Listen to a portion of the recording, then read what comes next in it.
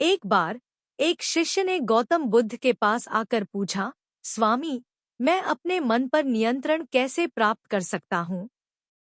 उत्तर में बुद्ध ने एक कहानी कहना शुरू की।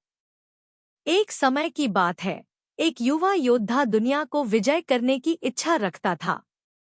वह बिना थके मेहनत करता रहा, अपनी शारीरिक ताकत को मजबूत करता और युद्ध की कला को सीखता रहा।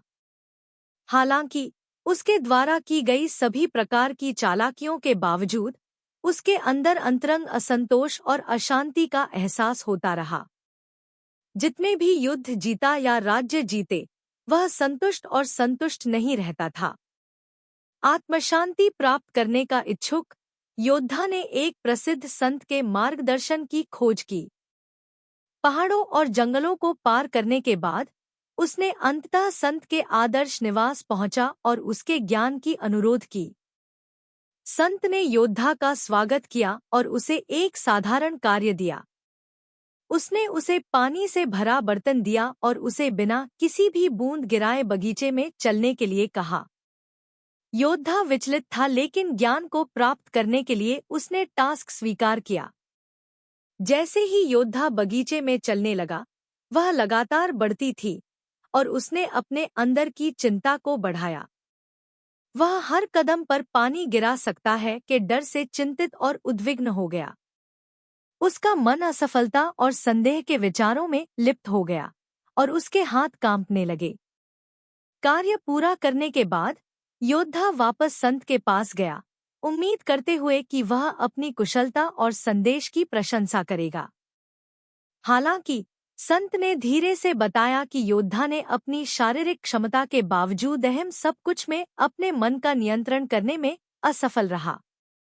संत ने व्याख्या की कि असली मास्टरी उन्होंने किए गए शारीरिक कार्यों में नहीं, बल्कि वह अपने मन पर नियंत्रण हासिल करने के शक्ति के बारे में था। जिस तरह से योद्धा ने ध्यान लगाया पानी पर, अपने विचारों और भावनाओं को अपने कार्यों का नियंत्रण करने के लिए दिया, वैसे ही उसने बाहरी दुनिया को अपनी आंतरिक स्थिति का नियंत्रण करने के लिए भी दिया।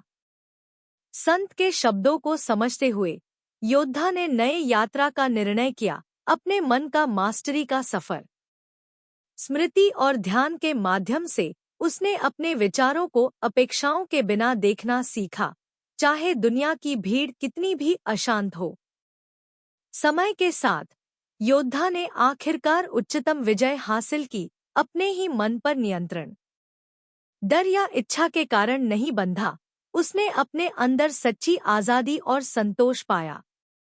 जब बुद्ध कहानी को समाप्त किया, शिष्य ने उसके द्वारा दी गई गहरी सीख को समझ लिया।